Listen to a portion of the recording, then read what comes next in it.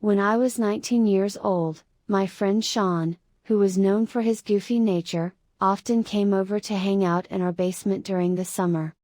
One day, while I was enjoying a meal from Wendy's, Sean showed up with a Coke bottle in his hand, and he had a peculiar idea.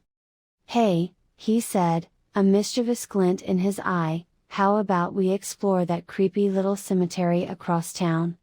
I couldn't help but chuckle at the randomness of his suggestion. "You've got to be kidding me," I replied, shaking my head. But it was summer, and we had no school the next day. I knew exactly which cemetery Sean was referring to.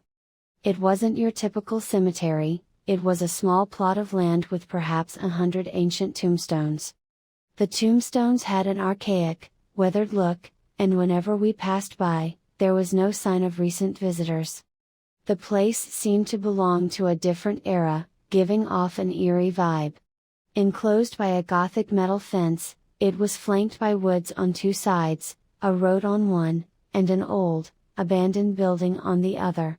Everything about it was unsettling. After some persuasion, Sean managed to convince me to join him on this strange adventure.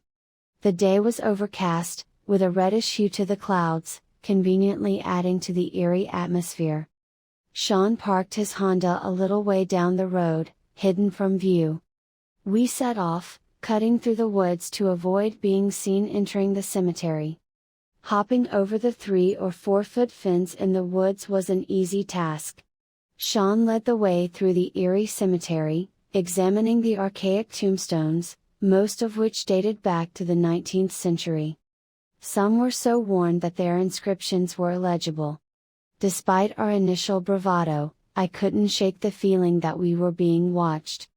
I kept glancing around at the surrounding woods, unable to shake the unsettling sensation. "Isn't this place just creepy?" I finally muttered to Sean. "Yeah," he replied, a hint of unease in his voice. As I continued to scan the surroundings, my gaze landed on the abandoned building adjacent to the cemetery. I couldn't believe my eyes.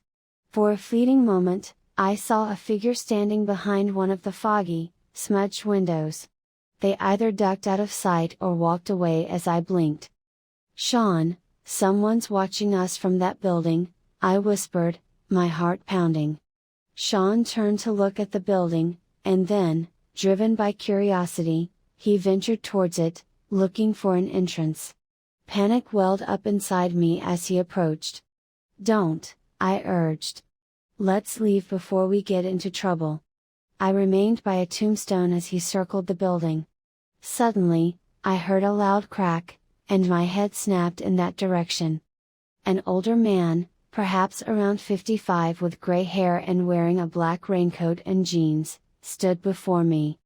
He had a mustache, but that was all I could discern in the foggy, dim light. Then, the man opened his mouth and screamed. It wasn't a mere yell, it was a bone-chilling scream that sent shivers down my spine. "Get out," he bellowed so loudly that it seemed as though the very birds had taken flight in alarm.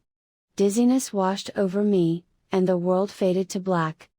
The next thing I knew, I was coming to, being dragged through the woods. My initial thought was that I was being kidnapped, and I panicked. But as I got up, I realized it was Sean who was pulling me.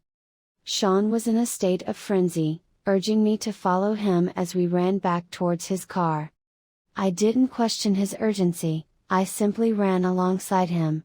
I could sense that we were being pursued, and it made me run even faster.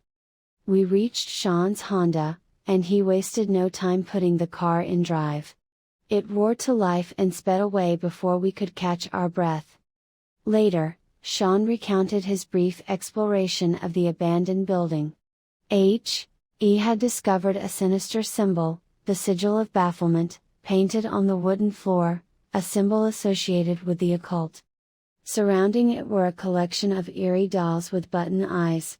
He hadn't seen anything else in the building because my fainting spell had led him to rush back outside.